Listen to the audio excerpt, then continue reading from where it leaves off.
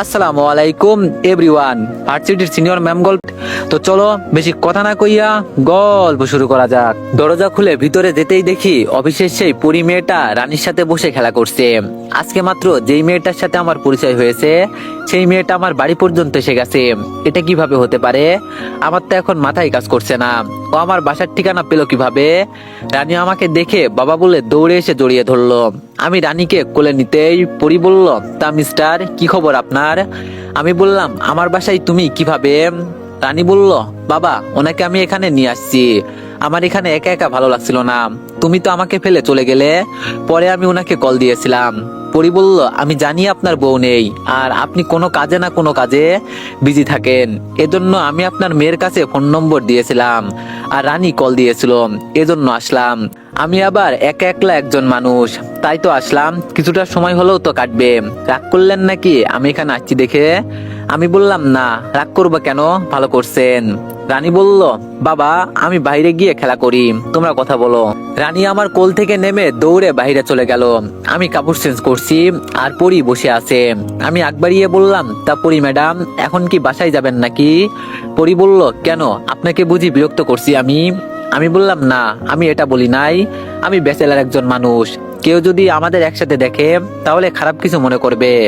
এমনিতেই আমি মানুষটা এতটাও ভালো না, আমার কারণে দুইটার মেয়ের জীবন নষ্ট হয়েছে। পরি বলল, আমি তো এইসব জানি না আর জানতেও চাই না। আমি এখানে আসছি আপনার মেয়ের জন্য। রানীকে আমার বেশ ভালো লাগে। আপনি আবার মন খারাপ করেন নাই তো আমি এখানে আসছি দেখে? আমি বললাম, আরে না, তবে আমি শুধু এটুকু বলছি যে। পরি আমার দিকে এগিয়ে এসে বলল, ওর আম্মু কিভাবে মারা গেছে? আমি বললাম, অ্যাক্সিডেন্ট।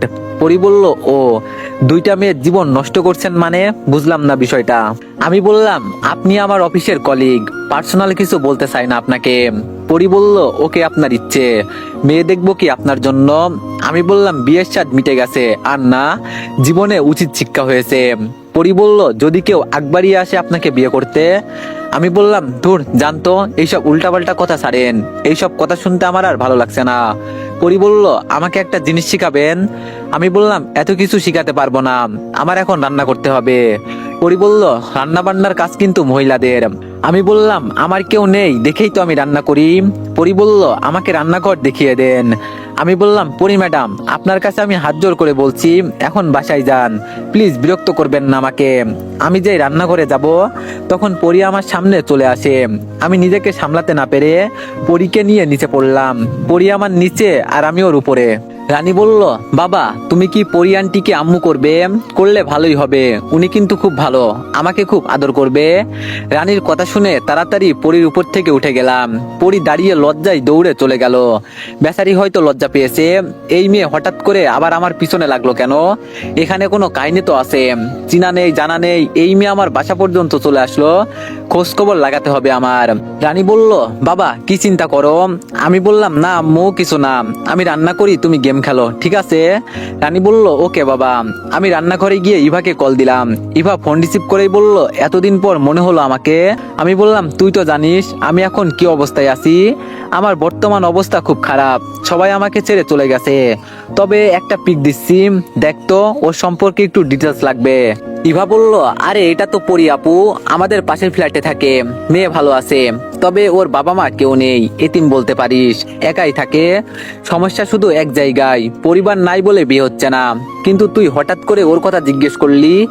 আমি বললাম, ও আমার কলিগ, এজন্য জিজ্ঞেস করলাম। ইভা বলল, ও আচ্ছা, ভালো, তবে দেখিস আবার প্রেমে পড়ে যাস না। আমার মতে যদি ওর উপর আসক্ত হোস ভালোই হয়। আমি বলি কি, সবকিছু ভুলে ওর মতো মেয়েকে নিয়ে। আমি বললাম, থাক, যেই পর্যন্ত বললি সেই পর্যন্তই থাক।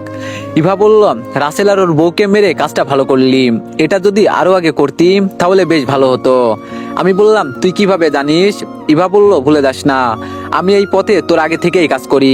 আমি বললাম, আচ্ছা রাখি রে, রান্না করতে হবে। ইভা বলল, রান্না করার জন্য হলেও কাউকে খুঁজে নে। দেখ, আমার বাংলা কথা হলো, পুরাতন কিছু মনে রেখে লাভ আছে? ভালোবাসার মাইরে গুল্লি মেরে চোখ বন্ধ করে কাউরে বিয়ে করে নে, তোর মেয়ের জন্য শুধু। মামা, ভালোবেসে তুমি এতদিন কি পেলে? কিছুই না, শুধু কষ্ট।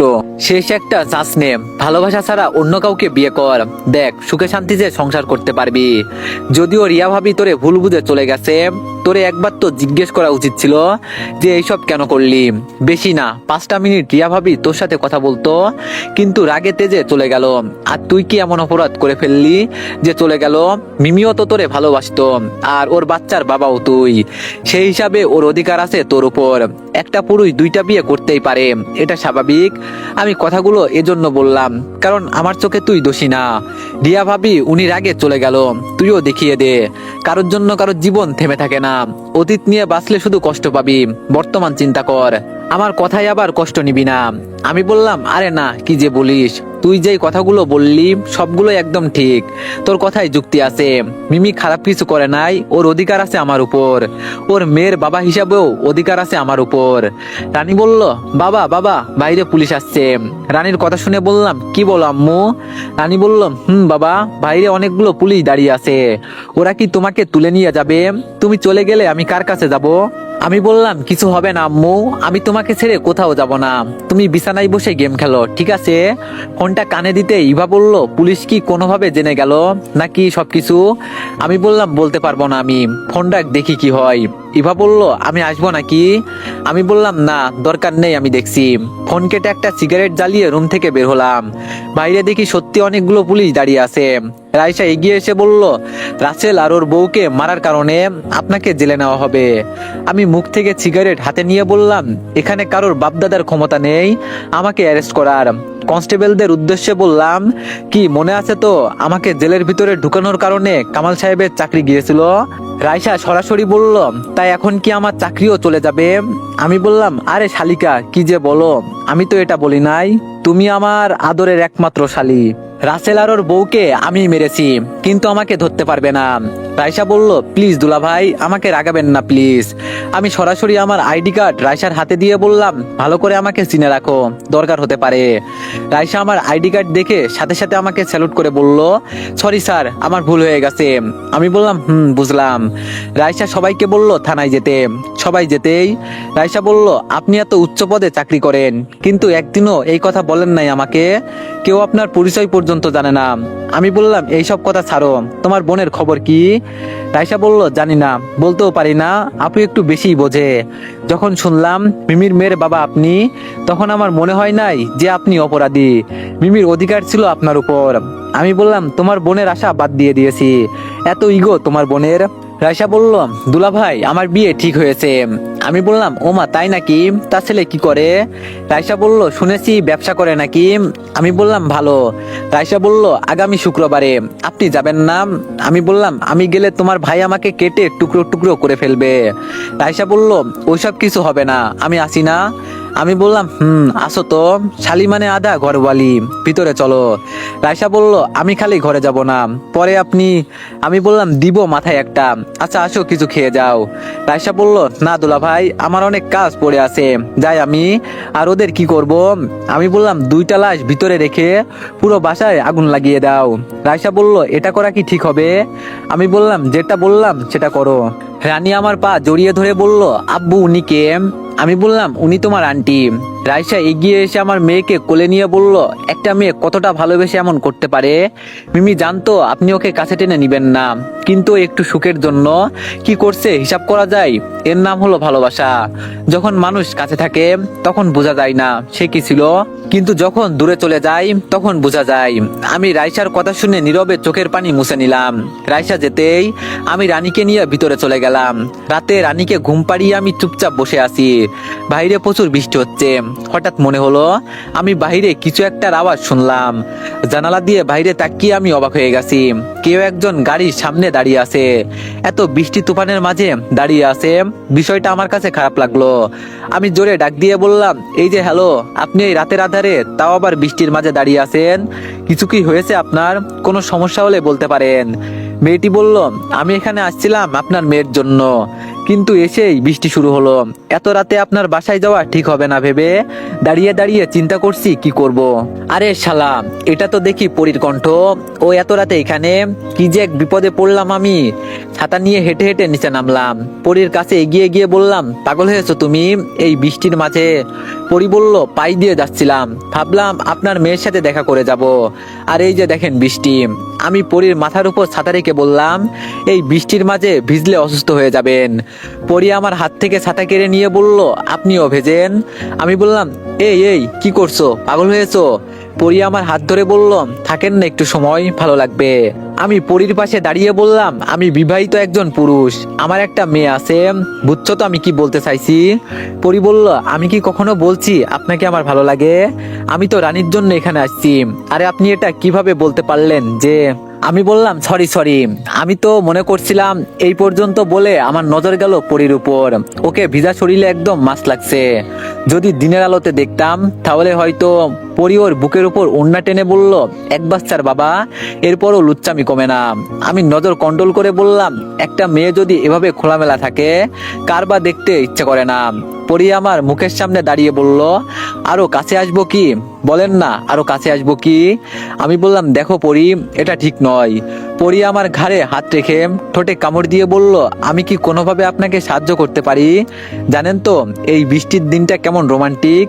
আমি তাড়াতাড়ি পরীকে ছেড়ে বললাম, তুমি যা ভাবছো তা কখনো হবে না। তোমার সাথে আমার শুধু একদিনের পরিচয়। আমি মনে করি আমাদের এত দূরে যাওয়া ঠিক হবে না। পরী বলল, আমি স্পষ্ট দেখতে পাচ্ছি অতীতের স্মৃতি আপনাকে কুড়ে কুড়ে খাচ্ছে। অতীত ভুলতে চেষ্টা করেন, অতীত নিয়ে বাঁচলে শুধু কষ্ট পাবেন। আমি আকাশের দিকে তাকিয়ে বললাম, এই কষ্টটাই তো তিল তিল করে আমাকে শেষ করে দিচ্ছে। পরী বলল, আমার খুব শখ ছিল কোনো এক বৃষ্টিময় রাতে কারো হাত ধরে নাচার ইচ্ছে। পূরণ করবেন আমার এই ইচ্ছেটুকু? আমি বললাম, প্রিয় মানুষকে বলো। পরী বলল, কেউ নাই তো দেখেই তো আপনাকে বললাম। আমি বললাম, আমি পারবো না, বাসায় যাও। পরী বলল, প্লিজ। আমি বললাম, আমি পারবো না বললাম তো। পরী বলল, আমার চোখের দিকে তাকিয়ে বলেন, পারবো না। এই কথা বলে পরী ফোনে গান বাজাতে লাগলো। পরী এসে আমার হাত ধরে বলল, আপনি শুধু আমার সাথে থাকবেন, আর কিচ্ছু করতে হবে না। পরীর দিকে তাকিয়ে হঠাৎ করে আমার কি হলো জানি না, এই বৃষ্টির রাতে ওর সাথে সঙ্গ দিতে লাগলাম। হঠাৎ করে আওয়াজ আসলো, বাহ, আমার বাবা তো খুব সুন্দর নাচতে পারে। উপরে তাকিয়ে দেখি বেলকনিতে আমার মেয়ে দাঁড়িয়ে আছে। তাড়াতাড়ি পরীকে ছেড়ে দিয়ে বললাম, বাসায় যাও, এখন আমার মেয়ে উঠে গেছে। শূন্যের মাঝে ঠাস ঠাস করে কে যেন গুলি করতে লাগলো। পরী ভয় পেয়ে গাড়ি নিয়ে যেতে যেতে বলল, কালকে অফিসে দেখা হচ্ছে তাহলে বাই। আমি তাড়াতাড়ি উপরে চলে গেলাম। উপরে যেতেই রানী হাসতে হাসতে বলল, বাবা, পরী আন্টির সাথে এত কিছু, খুব সুন্দর নাচ হয়েছে বলতে হবে। আমি বললাম, আম্মু এইসব বলে বাবাকে লজ্জা দিও না, আমি কাপড় চেঞ্জ করে আসি, ততক্ষণে তুমি ঘুমিয়ে পড়ো কেমন? আমি ফ্রেশ হয়ে এসে দেখি রানী ঘুমিয়ে পড়ছে। বৃষ্টিতে ভেজার কারণে হালকা একটু ঠান্ডা লেগে গেছে শরীরে। রানীকে জড়িয়ে ধরে আমিও ঘুমিয়ে গেলাম। সকালে ঘুম থেকে উঠে রান্নার কাজ শেষ করে নিলাম। রানীকে তৈরি করে স্কুলের উদ্দেশ্যে রওনা দিলাম। বাসা থেকে বের হতেই রানী বলল, বাবা, আমিও তোমার সাথে অফিসে যাব। আমি বললাম, না আম্মু, আজকে যেতে হবে না, অন্য একদিন নিয়ে যাব। রানী বলল, বাবা, তুমি আমার সাথে এমন করো কেন? মাত্র পরী আন্টির সাথে আমার পরিচয় হয়েছে। তুমি কি জানো পরী আন্টি কতটা ভালো? উনি আমাকে আদর করে চকলেট দেয়। বাবা, আমি যদি পরী আন্টিকে আম্মু করি তাহলে তোমার এতে কি কোনো আপত্তি আছে? আমি বললাম, এইসব কথা তোমাকে বলতে কে বলেছে? এইসব বলতে নেই। আমি কি তোমাকে আদর করি না বলো? রানী বলল, কিন্তু বাবা, পরী আন্টি যে বলল। আমি বললাম, এখন চুপ করো তো, আমি না আসা পর্যন্ত স্কুলে থাকবে, কোনো দুষ্টুমি করবে না কিন্তু। রানী বলল, ওকে বাবা। রানীকে স্কুলের বারান্দায় নামিয়ে দিতেই আবার বৃষ্টি শুরু হলো। বাসা থেকে ছাতাও নিয়ে আসি নাই, কি যে এক বিপদে পড়লাম। তাড়াতাড়ি হেঁটে রাস্তার কাছে গেলাম, কিন্তু গাড়িও পাচ্ছি না, শরীর অর্ধেক ভিজে গেছে, আর একটু দাঁড়িয়ে থাকলে সব ভিজে যাবে। হঠাৎ করে আমার মাথার উপর কে যেন ছাতা ধরলো। আমি ঘুরে তাকিয়ে দেখি পরী। আমি তাকাতেই পরী বলল, এভাবে মায়াবী দৃষ্টিতে তাকাবেন না, আমার কেমন কেমন যেন লাগে। আপনার তাকানোর মাঝে এক অন্যরকম জাদু আছে, যা আমাকে পাগল করে দেয়। আপনি মানুষটাই এমনি সুন্দর, তার উপর এভাবে তাকালে আমি পাগল হয়ে যাব। রাতে আপনার হাতের ছোঁয়া পেয়ে সারা রাতভর শুধু আপনার কথাই চিন্তা করছি। আল্লাহ মানুষ সৃষ্টি করেছে ঠিকই, কিন্তু তার ভিতরে এমন কিছু দিয়েছে যেগুলো কাছ থেকে একটা মানুষ দেখলে পাগল হয়ে যাবে, যেটা আমি বললাম, পরী, হয়েছে, থামো প্লিজ। আর কি বলছে এইসব সকাল সকাল, মাথা খারাপ হয়ে গেছে?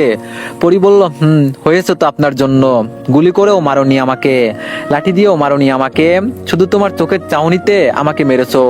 তোমার ওই চোখের আমি বললাম, পরি এবার বেশি হয়ে যাচ্ছে, থামো তুমি, আমি গেলাম। পরি বলল, আরে বাবা সরি সরি, মজা করলাম, তবে যা বলছি মন থেকেই বলছি, এগুলো মজা নয় একদম। আমি বললাম, পাগলামো বাদ দিয়ে বলো, আমি এখানে তুমি কিভাবে জানো? পরি বলল, আমি সকাল সকাল আপনাকে নিতে বাসার সামনে আসছিলাম, এসে দেখি রানীকে নিয়ে স্কুলে যাচ্ছেন, তাই আমিও আপনার পিছনে পিছনে চলে আসলাম, আমি না আসলে তো ভিজে যেতেন। আমি বললাম, ধন্যবাদ ম্যাডাম, বড় উপকার করলেন, এখন চলেন যাওয়া যাক। পরি বলল, আমার গাড়ি অপেক্ষা করছে আপনার জন্য, সেই সাথে আমিও। আমি বললাম, তুমি এত বড় লোক, আমি কি তোমার সাথে যেতে পারবো? পরি আমার হাত চেপে ধরে বলল, ঢং বাদ দিয়ে চলেন, পরে অফিসের দেরি হয়ে যাবে। পরির সাথে গাড়িতে গিয়ে বসলাম, ড্রাইভার গাড়ি চালাতে লাগলো। পরি ধীরে ধীরে আমার হাত চেপে ধরলো। আমি ওর দিকে তাকাতেই ও এমন বাহানা করলো যে মনে হয় ও কিছুই করে নাই।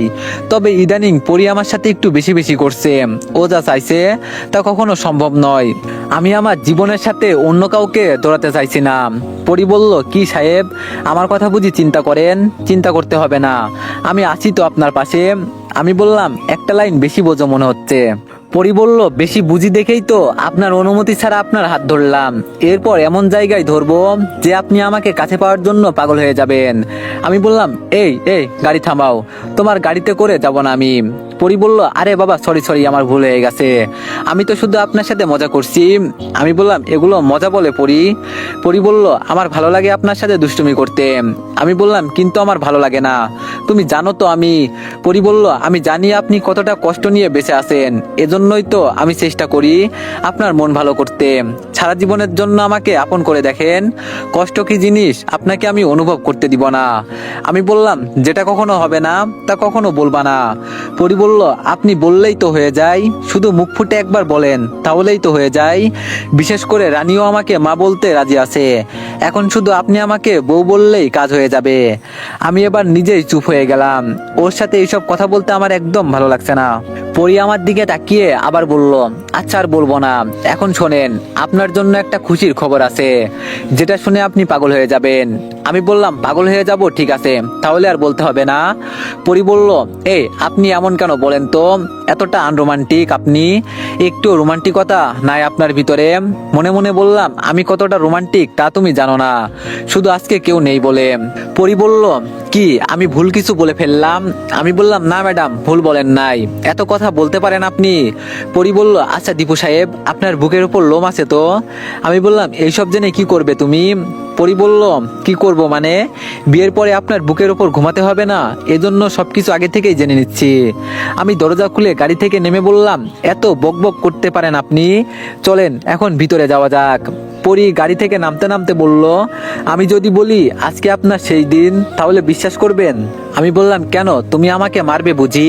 পরি হাত মুঠি করে 2 আঙ্গুল আমার দিকে তাক করে বলল, বুম বুম করে আপনাকে গুলি করে মারবো, আর আপনি মরতে মরতে বলবেন, বেঈমান মাইয়া, তোরে এত বিশ্বাস করে বুকে জায়গা দিয়েছিলাম, আর তুই আমাকে গুলি করে মারলি।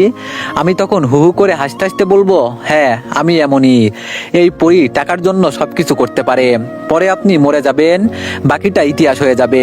এবার আমি পরীর দিকে ভালো করে নজর দিয়ে তাকিয়ে বোকা হয়ে গেলাম। আগে কখনো পরীর এভাবে কাছ থেকে দেখি নাই, ওর কথার মাঝে সত্যি জাদু আছে।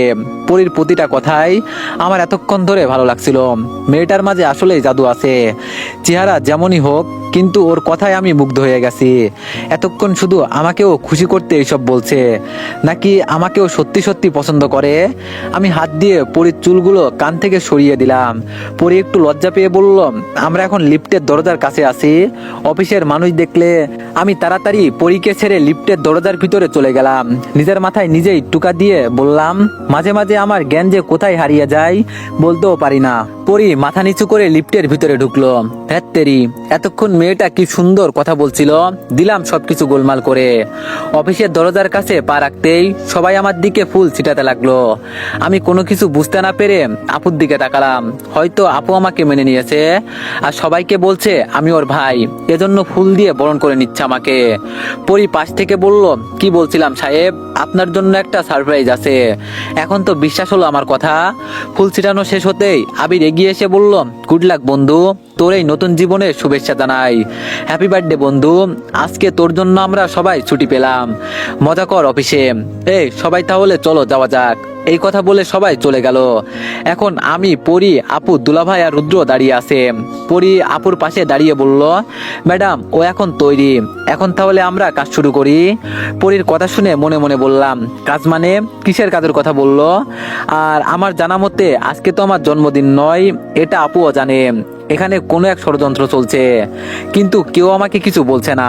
আপু একটা কাগজ নিয়ে এসে বলল, এখানে একটা সাইন করে দে, আর কিছু লাগবে না, এরপর তোর জীবন তুই মুক্ত করে দে। আমি বললাম, এক্সকিউজ মি ম্যাডাম, আপনি কি বলছেন? আপনার মাথায় আছে তো? আমি এখানে সাইন করব মানে? আপু হাসি দিয়ে বলল, বাবা মারা যাওয়ার আগে তোর নামে বাজারের নতুন মার্কেট পুরোটা তোর নামে লিখে দিয়ে গেছে, কিন্তু তুই বলতে পারিস না। যেখানে একটু জায়গা কিনতে কোটি টাকার প্রয়োজন হয়, সেখানে বাবা তোরে পুরো বাজারটা লিখে দিয়ে গেছে, কিন্তু তুই জানিস না, আমি জেনে গেছি। এখন এখানে সাইন কর। আমি এইসব শুনে রেগে বললাম, ছিছি আপু, তুই এতটা নিচু হতে পারলি? আমি তোর ভাই হবার সত্ত্বেও। আপু ঠাস ঠাস করে আমার গালে দুইটা চড় দিয়ে বলল, আগে টাকা পরে ভাই, আমার কাছে এখন টাকাই সবকিছু, তুই সাইন কর বলছি। আমি এখন ভালো করেই বুঝে গেছি, সবাই মিলে ষড়যন্ত্র করে আমাকে এখানে নিয়ে আসছে। এখানকার ভাবসাব খুব একটা ভালো না। আপু এখন চেঞ্জ হয়ে গেছে, ওর টাকার জন্য আমাকে খুন করেও ফেলতে পারে। নিজেকে বাঁচানোর জন্য দিলাম এক দৌড়। দরজার কাছে যেতেই কে যেন আমাকে জোরে একটা লাথি দিল। লাথি খেয়ে আমি ভিতরে এসে পড়লাম। জোরে হুঙ্কার দিয়ে হাসতে হাসতে বলল, আহ দীপু, তোর কপালে আর শান্তি হলো না রে, তোর কপাল খুব খারাপ। ইস, তোর জন্য আফসোস হয়। কথাগুলো যে বলল তাকে দেখে আমার চোখ বড় বড় হয়ে গেল।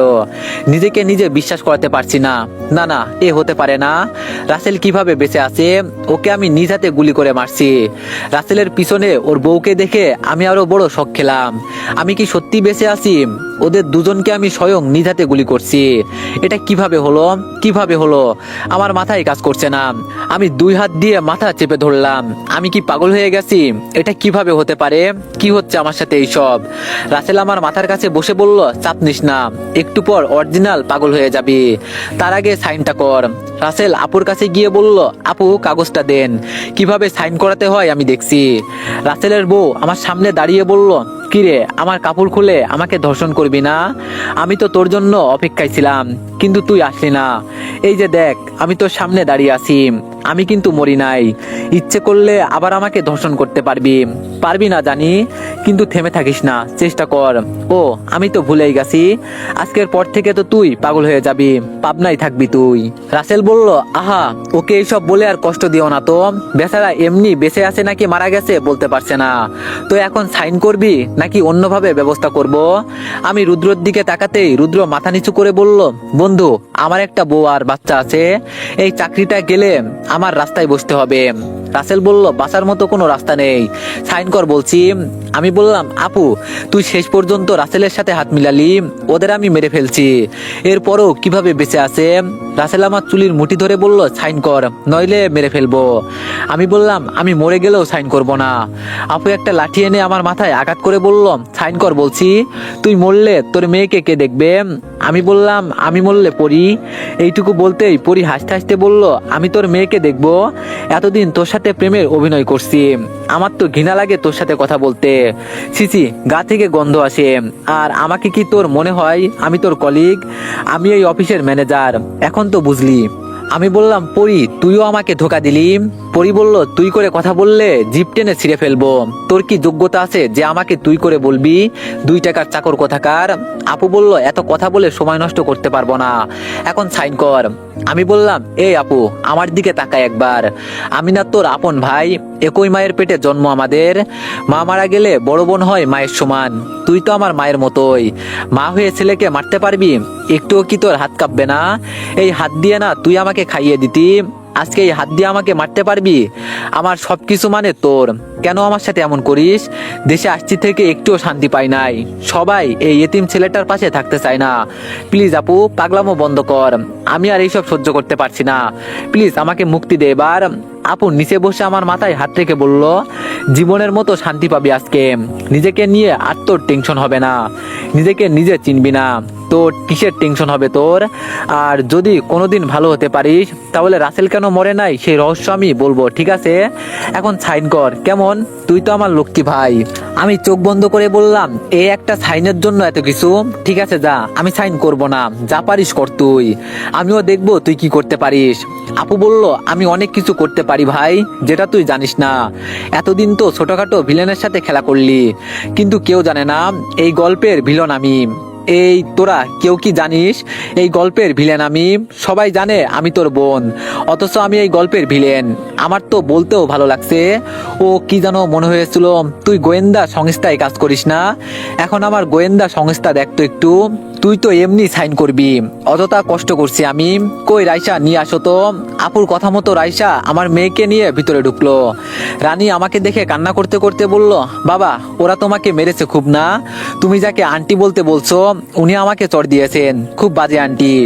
আমি বললাম, রাইসা শেষমেশ তুইও, তোরে আমি চাকরি বাকরি সবকিছু দিলাম, শেষমেশ তুই এমনটা করতে পারলি? রাইসা বলল, দুলা ভাই আপনি যেমন মিনিটে মিনিটে রূপ চেঞ্জ করেন আমিও করি, কিন্তু আমারটা কেউ ধরতে পারে না। পালিয়ে যাইবা কই মানুষ, পালিয়ে যাইবা কই?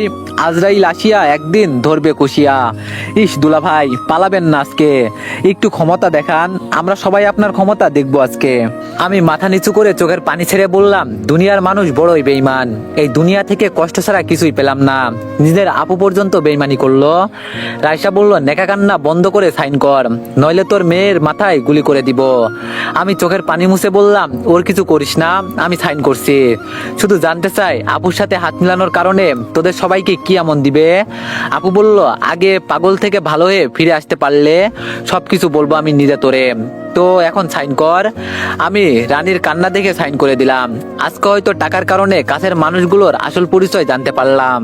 সাইন করতে না করতে একজন ডাক্তার ভিতরে ঢুকলো।